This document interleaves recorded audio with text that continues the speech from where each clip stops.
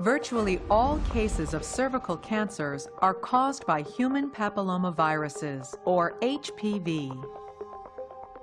More than 100 human papillomavirus types have been characterized.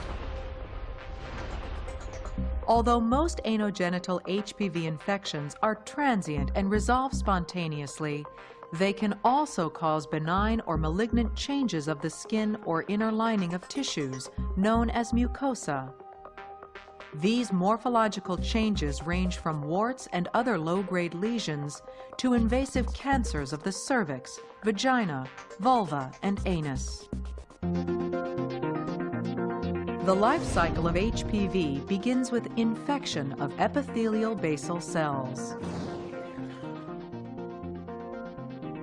Following infection and uncoating of the viral capsid, the viral genome is transported into the nucleus, where it exists as an episome. Expression of viral early proteins results in proliferation and lateral expansion of basal cells. Following the movement of infected basal cells into the suprabasal layers, late viral genes are expressed, while early gene expression is shut off, and the structural proteins L1 and L2 form. In the stratum corneum, viral particles are assembled and released with the shedding of mature epithelial cells. These infectious particles are then able to infect other basal cells.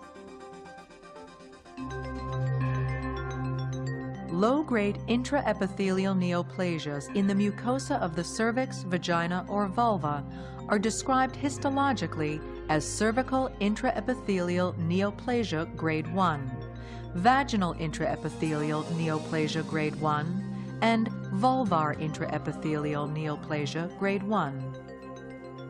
These lesions may be caused by infection with low risk as well as high risk HPV, which undergo the processes previously described in the life cycle of HPV. Low-grade lesions are characterized by mild morphologic changes to the epithelium. Lesion grading is based on the level of epithelial abnormalities. In CIN1, abnormal cells are concentrated in the basal third of the cervical epithelium. Papa-Nicolau (PAP) testing can detect low-grade squamous epithelial lesions as mild abnormalities, but cannot predict their potential for malignant evolution. Approximately 35 to 40% of CIN1 is caused by HPV types 6, 11, 16, and 18.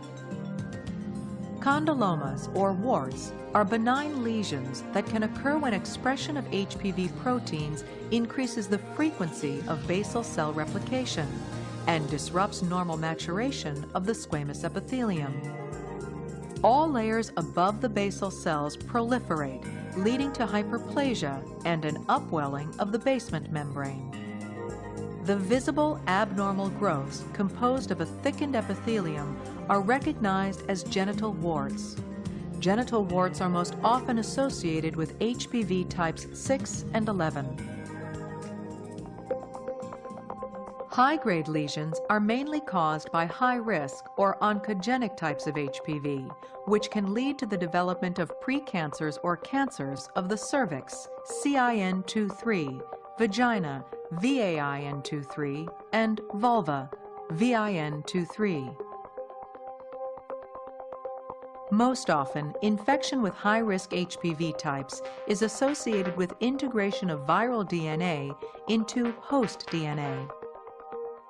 Some infected cells overexpress early viral proteins called E6 and E7 that extend the cell lifespans. These cells retain the capacity to proliferate, a process known as immortalization. Normal cellular mechanisms that protect cells from mutations are disabled. As mutations accumulate, the cells undergo morphologic changes that lead to the development of precancers or cancers of the cervix, vagina, or vulva. The HPV types 16 and 18 are estimated to cause over 70% of cervical cancer cases globally. Approximately 630 million people are infected with HPV worldwide. The annual incidence of low-grade dysplasias is estimated to be 30 million cases worldwide. Incidence and prevalence data for genital warts are more difficult to ascertain. Approximately 10 million cases of high-grade dysplasias occur globally each year. Worldwide, cervical cancer is the second most common cancer affecting women, and cervical cancer is the second leading cause of cancer death in women. Globally, approximately 500,000 women are diagnosed each year with cervical cancer.